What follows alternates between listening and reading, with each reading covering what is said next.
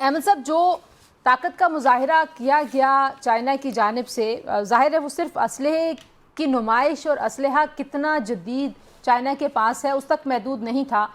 वो जो तस्वीरें हैं, वो जो मनाजर हैं, जो चीनी सदर के दाएं और बाएं जो शख्सियात हैं, जो ममालिक हैं, वो स्ट्रेटजिकली बड़े इम्पॉर्टेंट हैं। आप इस ताकत के मुजाहिरे को किसके लिए पैगाम समझते हैं? जो सदर ट्रंप कह रहे हैं कि मेरे लिए था या अमेरिका के लिए था, क्या वाकई आपको ये लगा या पूरी दुनिया के लिए कोई पैगाम था? देखिए, दुनिया का जैसे आपने अपने इब्तिदाई में भी कहा कि दुनिया मल्टीपोलर है या बाईपोलर है या यूनिपोलर है, या दुनिया किस तरफ जा रही है, इन सब थ्योरीज पे हम बात करते रहे हैं। हम पिछले 20-25 साल 30 साल से दुनिया की मल्टीपोलैरिटी को डिस्कस कर रहे हैं।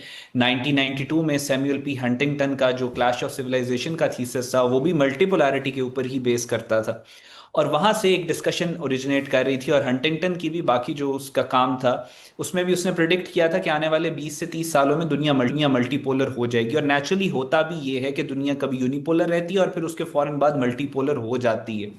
और अभी भी ये जो आप देख रहे हैं, ये दुनिया का फ्रॉम यूनिपोलैरिटी से मल्टीपोलैरिटी के अंदर जो शिफ्ट है, ये उसका आपको एक एक सिनेरियो बिल्ड होता हुआ नजर आ रहा है। लेकिन अभी दुनिया मल्टीपोलर हुई नहीं है, ये मार्जिनल डिफरेंस है जिसको हमें अपने जहन में रखना चाहिए।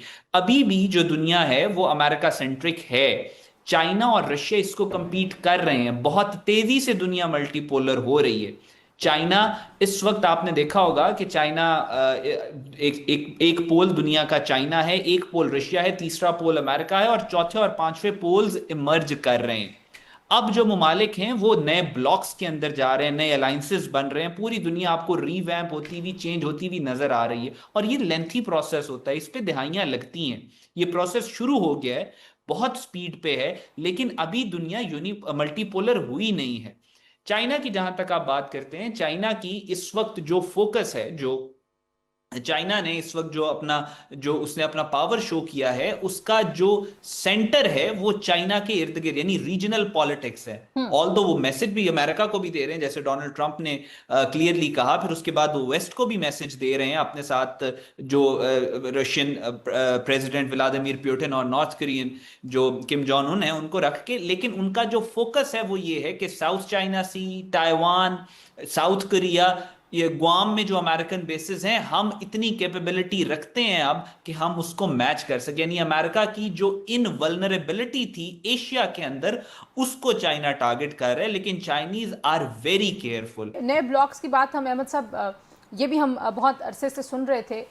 लेकिन आपको लगता है कि जो होता है ना, आप कहते हैं कि आप किस तरफ खड़े हैं, ये फैसले होते हुए आपको दिखाई दे रहे हैं? क्योंकि एक तो जाहिर है उसमें सदर ट्रंप की जो शख्सियत है और जिस तरह से वो फॉरेन पॉलिसी को लेके चल रहे हैं पब्लिक अफेयर में, और वो पब्लिकली ही शायद नेविगेट होता है उनका जो पॉलिसी एंड अप्रोच है, उसकी वजह से भी एक मसला नज़र आता है आपको? या आपको लगता है कि नहीं, जो इंटरनल प्रेशर्स हैं, जो हमारी जियो स्ट्रेटेजिक मजबूरियां हैं तमाम रीजन्स की और हमारे रीजन की, उसको देखते हुए आप लोगों ने फैसला कर लिया कि उन्होंने किसके साथ कहाँ तक खड़े होना है? जी बिल्कुल। देखें, मेरा इस मामले में थोड़ा सा जो पॉइंट ऑफ व्यू है वो थोड़ा डिफरेंट है एज कम्पेयर टू जो हम जनरली ये सारी चीजें देख रहे हैं। जनरली सोशल मीडिया के ऊपर, इलेक्ट्रॉनिक मीडिया के ऊपर, इवन प्रिंट मीडिया के ऊपर जो डिस्कोर्स है, that is very China versus America, China Russia India versus America, ये इस तरह का डिस्कोर्स है। आप इंटरनेशनल रिलेशंस को अगर देखें ना बारीकी के साथ, तो वो बहुत कोल्ड होते हैं।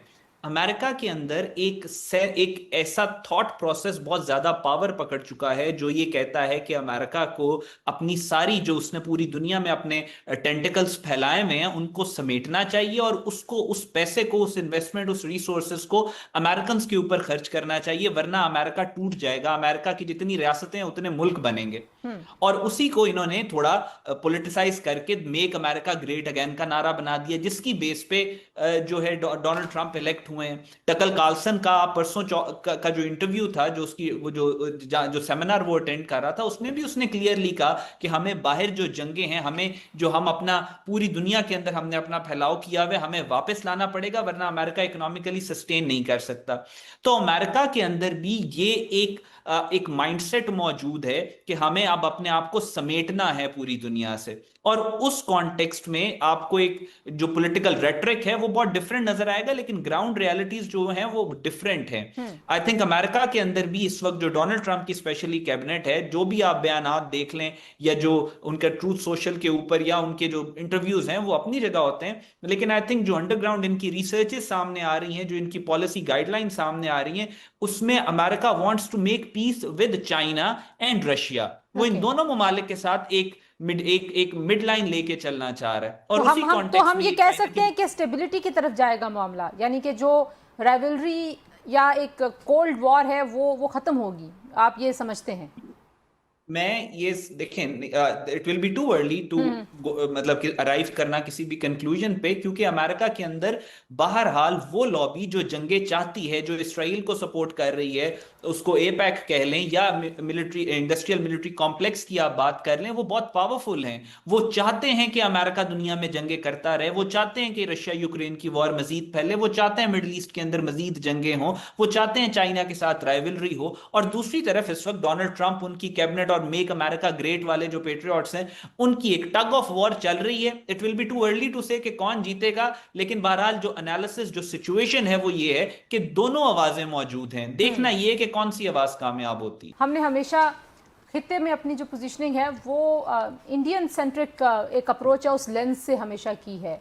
Do you think this is an opportunity कि जहाँ पे अमेरिका में जो बहुत क्रेडिबल मैगजीन्स हैं वो लिखते हैं कि पाकिस्तान जो है वो रीजनल स्टेबलाइजर के तौर पर देखा जा रहा है, चाहे वो फील्ड मार्शल साहब की शख्सियत के हवाले से कहा जा रहा हो या पाकिस्तान एज अ कंट्री कहा जा रहा हो, लेकिन हमारी जो पोजीशनिंग है वो शायद इंडिया से हट के हमें देखा जा रहा है। उससे पहले जितनी भी चीज़ें रही हैं सिक्योरिटी के हवाले से, फॉरेन पॉलिसी के हवाले से, वहाँ कहीं ना कहीं ये शैडो था कि हम सिर्फ इंडिया और अपने ताल्लुकात के तनाजुर में फंसे रहे हैं। आपको डू यू एग्री? मेरे दिमाग में वैसे ब्रिगेड साहब की बात सुनते हुए ख्याल आया। जी, आई टोटली एग्री। पाकिस्तान की अपनी अल्हम्दुलिल्लाह एक हमेशा से शनाख्त रही है, ऑल दो इंडिया पिछले 70 साल से पाकिस्तान में जिस तरह की दहशतगर्दी करवाता रहा और हर जगह जिस तरीके से पाकिस्तान को वजूद ही कभी इंडिया ने तस्लीम नहीं किया, लेकिन अल्लाह के फजल से ये मार्का हक और बुनियानुल मरसूस ने एक बिल्कुल गेम चेंज कर दी है पाकिस्तान के लिए।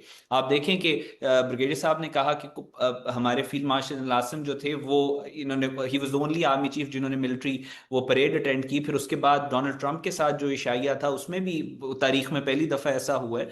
सो पाकिस्तान इस वक्त पाकिस्तान ये कैपेसिटी रखता है कि पाकिस्तान, हम हमेशा से ब्लॉक पॉलिटिक्स करते रहे हैं हमेशा से, लेकिन अब तारीख हमें इस मोड़ पे ले आई है, दुनिया के हालात इस तरह के हैं, पाकिस्तान की पोजीशन इस तरह की है, मार्का हक और बुनियानुल मरसूस की टाइमिंग और उसमें जिस तरह की लीडरशिप के साथ पाकिस्तान ने पूरी दुनिया को दिखाया कि पाकिस्तान क्या कर सकता है, और पाकिस्तान को इस पोजीशन में ले आया कि अब हम, Pakistan is a block in itself, Pakistan can create its own blocks and alliances. So ये बहुत बड़ी बात है। हमारी 70 साल तारीख में बहुत अच्छा वक्त भी आया, 65 की वॉर भी हुई, उसके बाद जो जनरल ज़िया के दौर के अंदर भी हमारी फॉरेन पॉलिसी, साहिबजादा याकूब उस वक्त फॉरेन मिनिस्टर थे, बहुत अच्छी चल रही थी। लेकिन इस वक्त पाकिस्तान की जो फॉरेन पॉलिसी पोजिशनिंग है वो पिछले 70 सालों में 1947 के बाद से अब तक कभी नहीं रही, and it presents us with a very, आप देखें ना, पाकिस्तान के जो प्राइम मिनिस्टर हैं वो चाइना गए हैं, एक हमारा एक मल्टीलेटरल एससीओ है, उसके बाद बाईलेटरल लंबा हमारा विजिट्स है, और इंडिया का वजीर आजम नरेंद्र मोदी 2 या 3 दिन के लिए वहां पे गया। और अमेरिका का रवैया कैसा है इंडिया को लेकर और पाकिस्तान के साथ कैसा है?